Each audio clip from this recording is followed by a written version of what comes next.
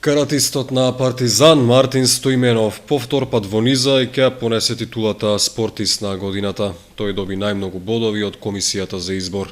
Гласа представниците од медиумите и представник од Сојузот на спортови на општина Кочани. Имаше однапред одредени критериуми, на кои што сите критериуми се сложија едногласно, значи одлучија да се спроведува изборот по тие критериуми.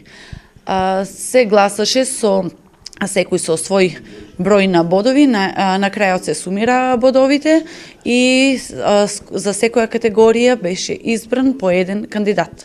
Изборот беше тесен. Мартин Стоименов освои 55 бодови, 3 повеќе од второпласираниот Иван Јанев, борач на Спартак.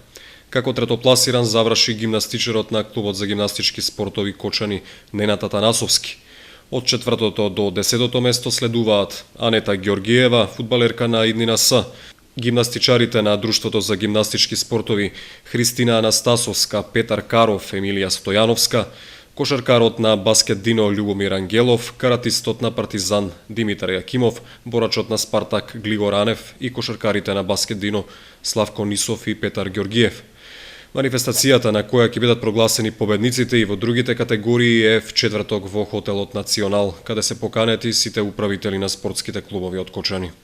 Таму ќе бидат доделени наградите за најдобар спортист, наградата за најдобар тренер, најдобра екипа, млади надежни спортисти. И годинава беше доделена награда што е во официјалната конкуренција спортска личност на годината.